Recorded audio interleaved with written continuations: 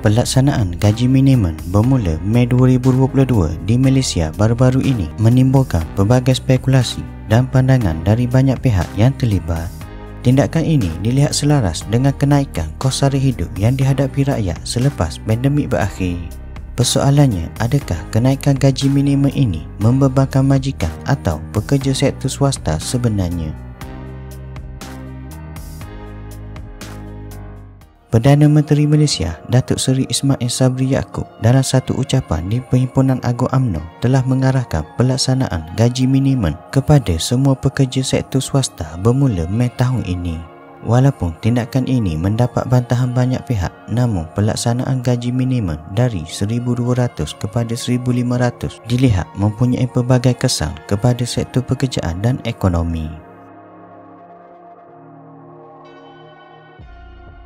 Amalan mengurangkan pekerja dalam syarikat menjadi satu kebimbangan kepada pekerja kerana pengurusan syarikat tidak mampu menampung kos operasi yang semakin meningkat. Keadaan ini menyebabkan sektor swasta yang mempunyai ramai pekerja terpaksa mengurangkan jumlah pekerja bagi mengurangkan kos tetap yang tinggi. Bilangan penganggur di Malaysia pada November 2021 menunjukkan aliran menurun selepas mencatatkan 694,400 orang berbanding 705,000 orang pada Oktober 2021.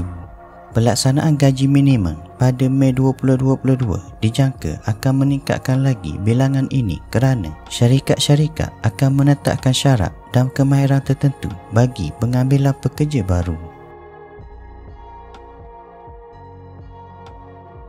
Kos sara hidup yang semakin tinggi kini akibat pemulihan semula sektor ekonomi yang terkesan sejak penutupan operasi pada era pandemik dijangka akan terus meningkat apabila gaji minimum dilaksanakan.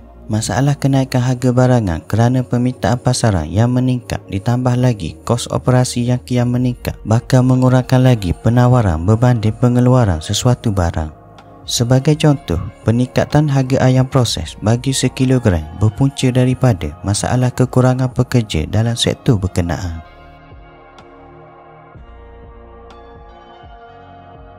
Sesebuah syarikat yang sebelum ini menggajikan ramai pekerja akan mengurangkan pekerja, namun output keuntungan syarikat dikekalkan atau bertambah. Keadaan ini menyebabkan seseorang pekerja terpaksa melakukan kerja tambahan akibat kekurangan pekerja dalam sesuatu bahagian.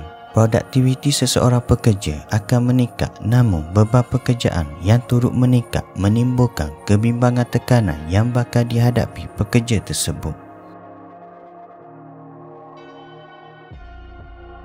Kos operasi bagi sebuah syarikat kecil seperti kedai makan dan runcit terutamanya yang bergantung kepada jumlah pelanggan setiap hari terpaksa menaikkan harga makanan dan barangan mereka bagi menampung kos ini.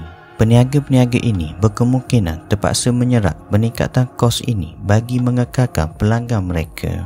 Kesimpulannya, pelaksanaan gaji minimum ini dapat mengurangkan jurang antara golongan B40 dan T20 walaupun dijangka berlaku peningkatan harga barangan dalam pasaran. Justru itu, pihak kerajaan perlu melakukan pemantauan dengan pelaksanaan ini supaya ianya tidak membebankan pekerja dan dipatuhi majikan.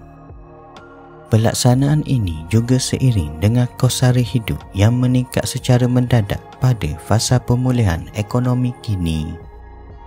Sekian, terima kasih.